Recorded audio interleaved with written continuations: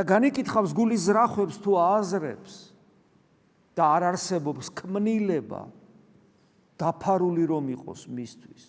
არამედ ყველაფერი გაშიშულებულია და გაცხადებულია მის თვალთა წინაშე. ვის თვალთა წინაშე და ვისაც ამბობს, ვისაც ვაბარებთ ანგარიშს. ამიტომ ეს ანგარიშის ჩაბარება ღვთის წინაშე აუცილებლად მოხდება, აუცილებლად თუ გარდავიცვლებით და სასურველია, რომ ეს მანამდე გავაკეთოთ. და მანამდე კი არ გავაკეთოთ, მუდამ ვაკეთებდეთ ამას. კიდევ ვიმეორებ, აი წმინდა მამათა გამონათქვამია რა ადამიანი უნდა იყოს მოუკლებელ სინანულში. მოუკლებელ სინანულში.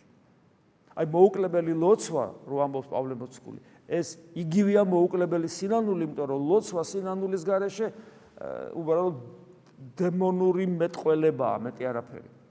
და მოუკლებელი სინანული ეს ნიშნავს, რომ მოუკლებელ ანგარიშს აბარებ. ღვთის ღმერთს, რომელიცაც შენ სულ ელაპარაკები.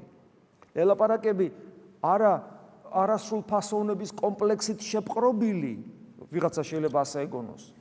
არამედ საკუთარი თავის რეალურად დამნახავი და რაც შეეხება არასრულ ფასოვნების კომპლექსი რომ არ არის ქრისტიანში, ეს იქიდანაც ჩანს, რომ იმასთან ერთად, რომ მე საკუთარ სინამდვილეს ხედავ და საკუთარ თავს ადეკვატურად აღვიქვავ, ამასთან ერთად ლოცვა, რომელიც აუცილებლად გულისხმობს იმას, რომ საკუთარი თავის ადეკვატური აღქმა მაქვს და საკუთარ ნაგავს ბოლომდე ვხედავ, ამასთან ერთად ლოცვა გულისხმობს იმას, რომ მე მისი უბრალოდ ლოცვა რომ ლოცულობ ეს უკვე ნიშნავს იმას, რომ მე მას ველაპარაკები როგორც შვილი და როგორც მადლით ღმერთი.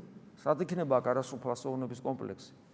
ქრისტიანი რომ ლოცულობს, ის ლოცულობს როგორც ღმერთის შვილი, ის როგორც რაღაცა ცხოველი კი არ ლოცულობს და რაღაცას. ის როგორც მამაო ჩვენო, ასე ილოცეთ. ანუ ჩვენ ყველანი როგორც ღმერთის შვილები ისე ლოცულობთ. უმაღლესი ქმნილებანი, ღვთის მსგავსი, რომელიც მის მარჯვნივ დაჯდება, თითოეული ჩვენგანი თუ ცხონდებით. ამავე დროს ვაცნობიერებ ჩემ დაცემულობას, ჩემს ეგოიზმს, ანგარებას, სიამაყეს, ასე შემდეგ. და აი ამ დაცემულობის გაცნობიერებით ველაპარაკები ღმერთს, მაგრამ ველაპარაკები არა როგორც რაღაც გაუბედურებული არსება, არამედ როგორც შვილი. უძღები შვილი გნებობთ ასე, რომელმაც დააშავა, მაგრამ მაინც შვილია.